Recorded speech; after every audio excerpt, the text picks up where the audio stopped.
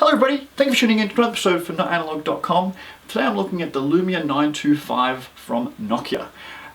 Windows Phone 8, a replacement of the 920, straight improvements. It's lighter, it's a little bit thinner, better build quality. I find that the materials on this are a bit more aluminium, a lot nicer to use.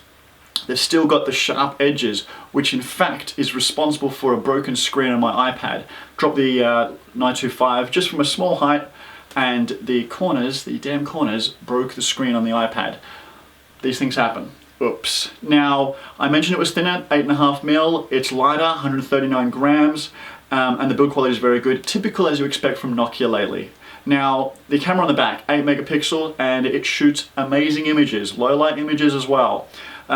Small criticism about the camera is when you have the flash off and you still want to take a photo, it still tries to autofocus and turns the flash on to do so, which is quite annoying when you don't want to interrupt people or annoy people with the flash as it is, but that's aside. The camera is very good. It's got a dedicated camera button so you can launch the app just by a quick press and bang, you can take a photo very quickly as well.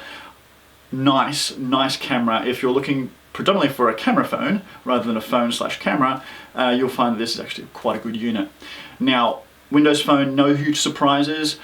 Obviously, Nokia adds a huge element to the Windows Phone experience. Here Maps, Nokia Music, there's camera apps which they have, like smart camera apps, Creative Studio for editing pictures, so much more than what's just standard on a Windows Phone. Honestly, if you're looking for a Windows Phone, please do not consider anybody else except for Nokia in this case. I think that the Lumia range is quite diverse, so if you want a cheaper Windows Phone or a higher end Windows Phone, you'll find one. And Nokia just does a whole lot more to it because the stuff that they add to it adds a lot of value. Because the App Store on its own is a little bit bare still. Things like Instagram, for example, don't exist, and for me that's quite important.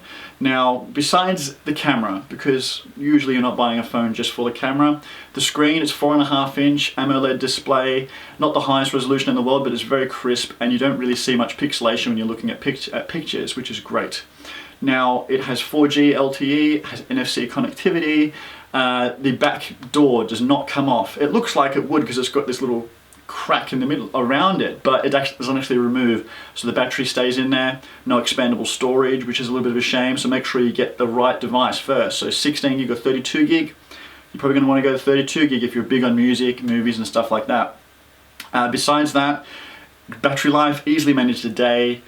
It was a decent phone. The 1020 is obviously still coming from Nokia for Australia, but if the 925 tickles your fancy, then it's something you should definitely check out from Nokia. Again, the camera is the standout, battery life was still very good, and yeah, thanks a lot Nokia for adding the stuff that you do add to Windows Phone, because it really does make a big difference. Watch the corners, don't hit them on your head, don't throw this at anybody, you will hurt them. It has dangerous corners, just ask my iPad. Thanks for watching guys, we'll see you next time. Bye.